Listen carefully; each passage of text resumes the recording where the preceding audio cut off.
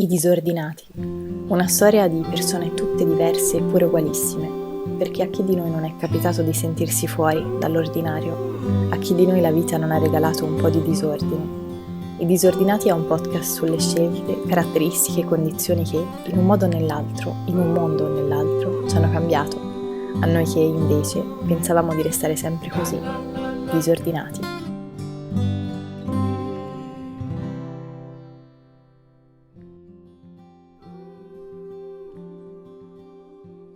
The aim of a painting is that the eye should find out what it likes. A quote by Marion Milner.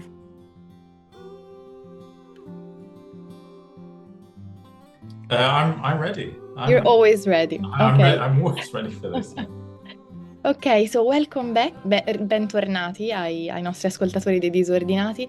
This is our second episode in English, so I'm very, very grateful to Emile. So Emile was the first person I met in Oxford in 2016, so we've known each other for a long time. And I remember he was very kind. He introduced me to the city. He accompanied me everywhere, and the first impression was someone who is very smart, very funny, also analytical, and I immediately liked him because he was eclectic in a way, and he was also an opera singer, and that was what I liked the most. And so the first question and would be, what made you go for psychology and eventually leave the opera and just focus on that? Oh, Chiara, thank you. It's a good question and a lovely intro.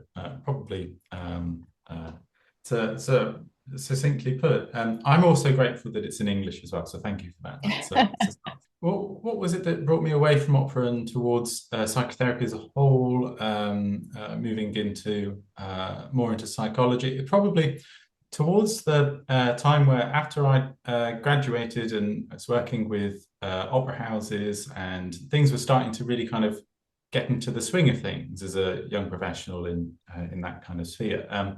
I noticed that the moments that brought me the most joy were the moments when I was working with people who were having some difficulties with their performance, people who had psychosomatic difficulties, which meant that they would be really upset if they're trying to play the piano because of some injury which might have happened. The injury may have happened for quite complex reasons, not necessarily clear, and could well have been environmental in terms of how they felt when they performed. And I suppose a sort of mind-body link where we can do things, silly things sometimes that are unconscious quite often, like recruiting muscles when we're stressed that we really shouldn't be in times of performance. And we'd find that this is quite common across the board. Singers who might use too much of specific parts of their neck, or people who might use parts of the shoulder and so on. And I found working with people like that just a bit more fun, I think, than being on stage, giving it what for. So I think that the more I did that, and the more that I was acutely put in touch with how terrible I was at helping them in such a short amount of time, and how difficult it was for them at the same time. On balance, I thought, well, this won't do, but this is much more interesting. I'll go down this route, I think. I'll see if there's a way that I can be of more help. And that pushed me not just to music therapy, which I think it does for many as a route, but all the way into sort of general psychotherapeutic practice. Yeah. And I mean, that's wonderful that you went from a passion that was just yours to a passion that is of others and related to their problems. And so there is always this connection between disciplines, which I'm a very big fan of. And in practical terms, I remember that, you know, you worked with prisoners, you worked in quite difficult environments with very serious cases. And so my question would be, how did that affect you? And today you have your own practice, so it's quite different, I presume. And yeah, so I'm quite interested in understanding how you can go from being surrounded by people who are struggling, and you yourself, you have to go to these places. So the workplace per se is quite interesting and atypical, to opening your own practice in your own home. So it's a very different switch. Yes, you do have to be careful how these things relate. Of course, the person who I see in my home office very different to who I might see in a psychiatric ward or in the case you're thinking of an experimental psychotherapy prison with a therapeutic community. And however, it may well be that for that person who I see in the home office, there may have been moments in their life where they might have been at risk of being that person, or they may have been in psychiatric care previously, a few years ago, perhaps, judging by the sort of where these things maybe take time to recover from. And I would say that it might seem on paper that these spheres may be quite far apart, may sound like quite a hell of a journey, but I'd say that they're just parts of a spectrum in terms of how experiences affect us, shape us, and ultimately have an impact on our personality, which is a big focus of mine in my work as someone who's headed a personality disorder service, works regularly with personality disorders and in various guises and with different language and terms and so on, and depending on what's most helpful. But I suppose it has a sort of underpinning, which is that shit matters that happens to us. And sometimes it can really affect us for better or for worse. Sometimes it can mean that it feels as if the cards are against us and we've got no choice but to set fire to a building. Or it could mean that we've lost sight of who we are, we feel confused, full of doubt, and don't know whether or not we want to go to use the hour that we've got spare to go and buy bread or to return an email. And we're panicking about which it is and wondering why is this so difficult. That there's a way in which these experiences shape us in terms of our actions, our anxieties, and so on. And it can be quite dramatic. And coming from opera, I had a bit of a flair for the dramatic. And I think arriving in this work, I wanted to kind of get to grips with the meat of it. And generally, I find that once you've worked with the more intensive stuff and you've come back from the edge, from the brink of things, then it's the more everyday stuff which gets brought into focus, because you get a sense when you're working with someone and talking about their life, about where it could go, because you've seen where it could go. And it can be helpful, I think, to have that as a model in mind for when someone starts to talk about something starting to go wrong or starting to feel a certain way, because you have this compass, I think, of, well, it could lead on to this, and I don't think either of us want this because it looks like this. And so these things feel linked, which I think is a theme of your podcast. Yeah, it's called Disordinati, so definitely, like a lot of chaos but to try to find harmony and balance in that chaos. And I like what you said, because when we think of the extremes, we often think the more little things as a sort of, okay, it's all relative, that's not really important. But it actually is, because as you said, it can lead to the extreme. So it's all part of the same ship in a way. What made you open your own practice? I mean, of course, it's the independence to, decide when to work and the flexibility that it gives you. But it also gives you a lot of responsibility towards your clients. And I wonder if it's the connection with the person to see someone regularly and be kind of part of their life course. Yes, I think you've spotted something there because Chiara, that I'm a twin, and I do think, dare I say, that it's not always inside of my own awareness even, but I'm most comfortable when it's just me working with one other person, and we're a dyad thinking together about what might be going on, which is a twinning of sorts, which so it's a helpful mechanism. And I think that the more complex or large an organization is, organizations like the NHS, the prison service, public services, large complex private health organizations, that a lot of that is in danger of getting lost. And I think that such places do fantastic work which is not possible to do as an individual. When you're linked up as part of a team, you can do a lot more when the shit hits the fan, as it were. But at the same time, I think that there is something about the intimacy which can be hard to hang on to when you've got an hour in the day, and then you've got to think about however many things. So working from home is a luxury, but it's one that I think is so helpful for what the work is and can be. I think that it brings with it a lot of space to think and creativity, which is so important, especially given that my focus is on things which might have gotten set over time. It's quite powerful to then be able to think about what else it could look like, but quite difficult to do. In a way, you're welcoming them in a safe space because it's a safe space that you yourself you have created. And I wondered, we're doing this online even though we're in the same city because of logistics, but that's one other question that just popped in my mind. A lot of people have started doing therapy online, especially during the pandemic, and I wonder what you think about it, because of course, if I'm sitting in front of someone and I'm sharing my issues and my problems and I'm being very vulnerable, having someone in front, at least for me, it makes me feel contained. It makes me feel welcomed and reassured. Of course, now I'm talking to you online, and I already feel calmer. But I wonder if there is the same effect in doing therapy online. What's your experience with that? So I think that it's a really yes, it's a blossoming area of research, thinking about something which has kind of already happened, and I think that coronavirus was a big part in perhaps somewhat of an industry change. Although I think that it was an industry very willing to do it because I think it was convenient for some, perhaps. What do I think about it? I think that I think it can be best to think about it on an individual level.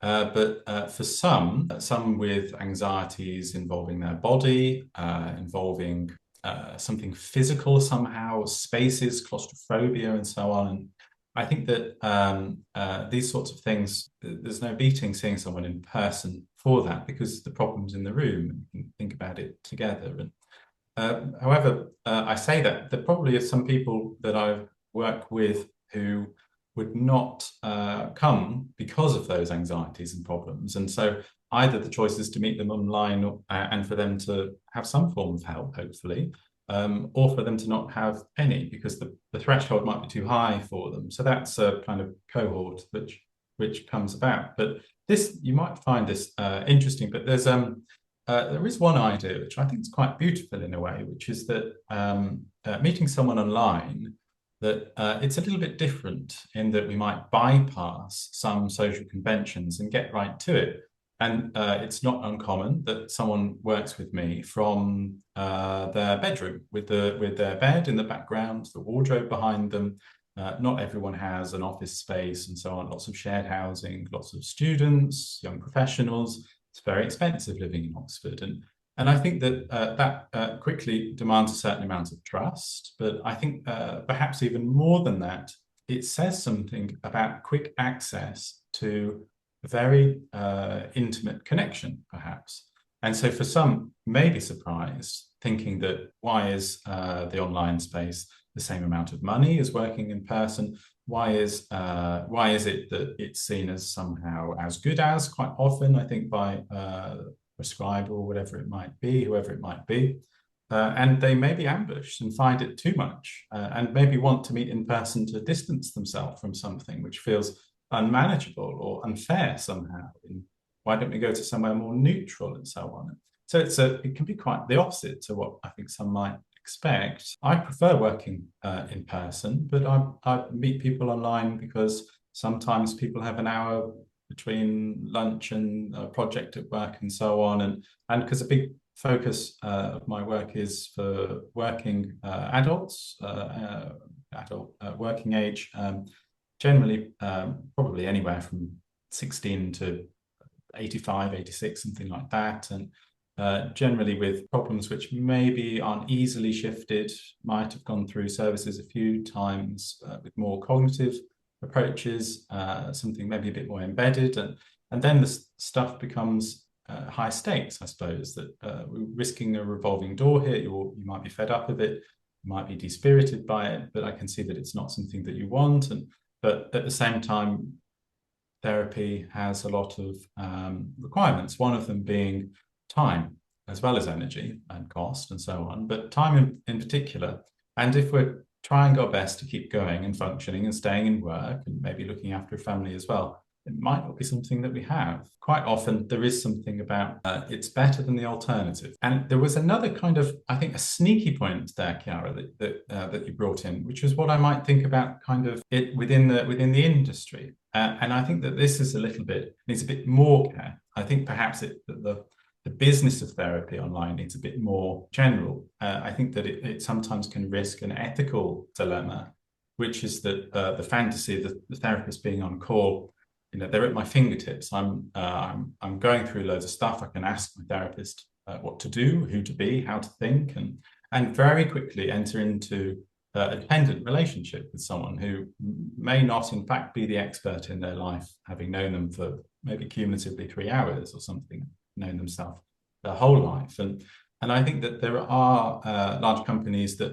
arguably take advantage of that because people pay to have that service, but it could be at their detriment as well. So finding a balance. And this made me think of, I do have a lot of friends who actually seek help online, but for instance, through ChatGPT or other forms that are not therapy professionals. So that side, to me at least, it's a bit scary. But then I was thinking about it, and as you said, it's best to find help one way or the other with what you have rather than maybe not seeking help at all. And the same goes with time. We live in a very accelerated era, so we have to make the best out of what we have. And this connects to one evening that we were having dinner with some of your friends as well. And I was thinking, when someone shares their life story with me, I'm very sensitive. So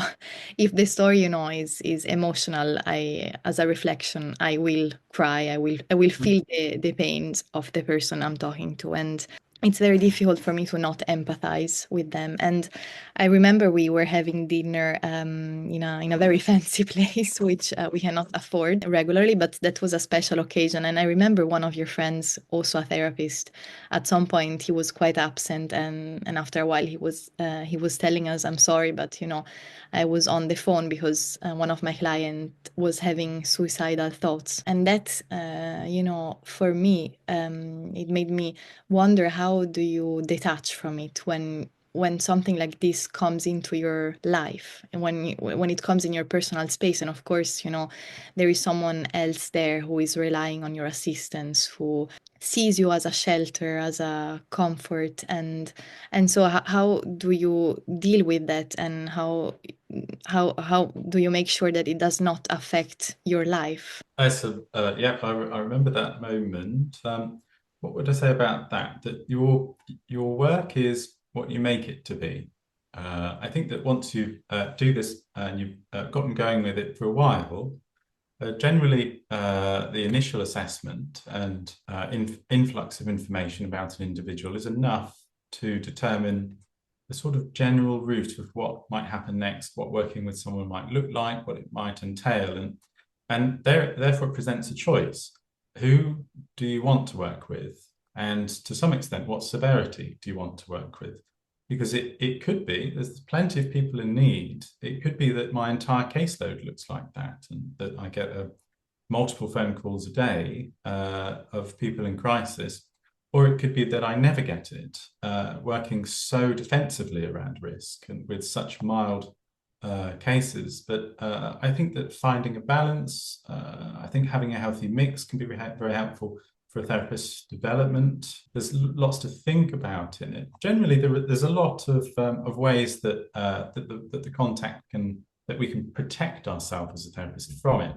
If we were to think of it, and I love I think the lens that you brought, Chiara, it's really fascinating. That if we were to think of it as a kind of harmful substance, and we needed to use protective gloves to manage its radiation, or toxicity, or so on, which I think to some extent is a parallel of the emotion going on in the initial individual, their experience of their own illness, and trying to break down something that can't be broken down, lodging in them and causing them distress. And I suppose that there are lots of ways that we can do it. One of them is to have regular supervision, where we might think about some of these problems, how they might arrive. And there's something quite affirming about contextualizing someone's illness within a set of experiences, that as long as it makes sense, we can survive it. And I think that that's probably largely the case for not just mental health, but for quite a few things. That's a big one. Another is that if it's your first day on the job, you might not work with someone like that. It might take you for a bit of a ride and be a bit too much. But maybe 10 years in, 20 years in, something like that might not knock you the same way. It might, though. Could be unexpected, and therapists are only human. They make mistakes. They can be affected, and I think that clients' health matters. So it can be really hard to hear something like that. So it isn't necessarily the easiest job to leave on paper in a cabinet somewhere and to go and enjoy a film or something straight afterwards. But there's a way in which you can do both, and I think it's a constant art to do that.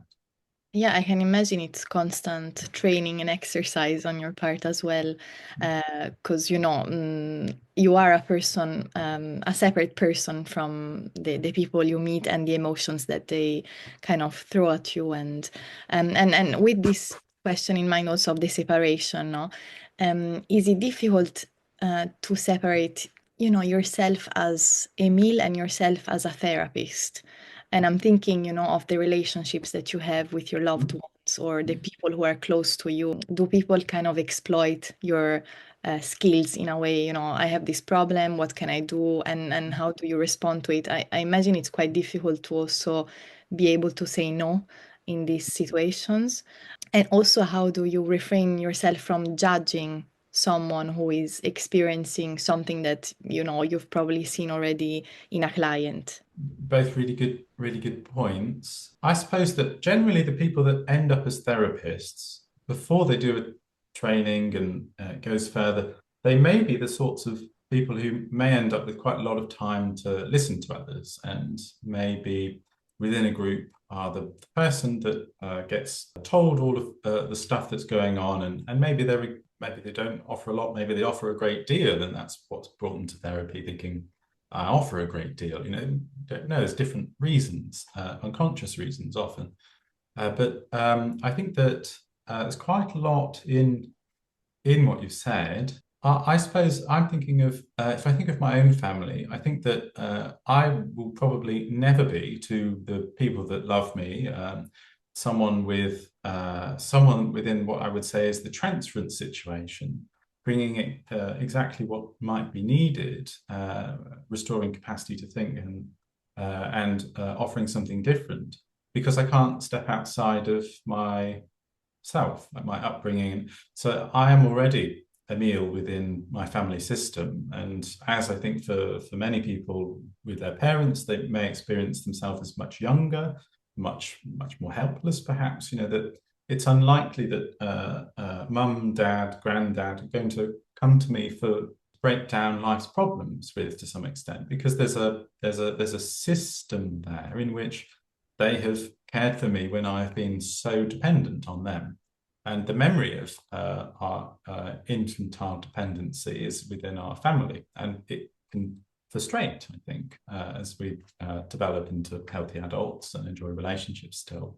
But it's there. I also think that it's a little difficult to translate sometimes across cultures. So trying to talk about some of the work that I might do in general terms, it might lead to all that sounds a bit deep, that's far too much, whatever it might be. And so it's a kind of rabbit hole, I think, particularly if it's more psychoanalytic, to ask others to go down, think about, and so on. And then it risks being private work behind a door somewhere, done where something is happening, but we're not sure what. And I think that probably is the fate for therapy quite often. And I think that's something that you can see in the underdeveloped research spheres as a result, because it's esoteric. think, quite often, and detached from many other sciences, and is therefore hard to get along with, I think, in a way. And I think that so there's that idea of the therapist party pooper. That's all well and good, but have you really thought about that? You know, it's kind of it's not always very sexy to stop and think in that way, and which it might sound quite trivial, but I think that there's probably something helpful there or anecdotal about what it is to be a therapist when you're not a therapist, which is, well, don't try and be one. If people are pushing you towards it, you might notice it, and if there's a need to interrupt something, then do so, but maybe do it gently, because it can be tempting, and it may be that I'm offering something unconsciously inviting. If I've just worked with 7 people in the day of their experiences and thought with them, it may still be that I'm putting something in the room which is asking others to do the same. And I might not be aware of that. So I suppose I would tread softly on people who might take up that invitation. That's beautifully said. And I imagine that, you do have a talent. So you, as you were saying, you unconsciously bring out the soul of people, and they start talking to you, and it must be difficult to say, okay, let's take a step back. And when you were talking about, going back to your family and going back to being a child, it made me think of this expression that I think I've already mentioned several times during this podcast. It's always the same authors, but there is this one who is Pirandello, who refers to, uno, nessuno, centomila, like one, nobody, and then 100,000. We are so many people to so many different people. And the last question, because I know that you're very busy and I appreciate so much your time. What does it mean to be a therapist for you? For me, at the end, you snuck that in, right? It's yeah. Because the answer would, I think, be dramatically different. And we do live in a time where, when I last looked, there was more than 450 modalities for therapy nowadays. And I think that probably relates to what my answer might be, which is, I suppose that it's my attempt at making sense of the world and of life itself.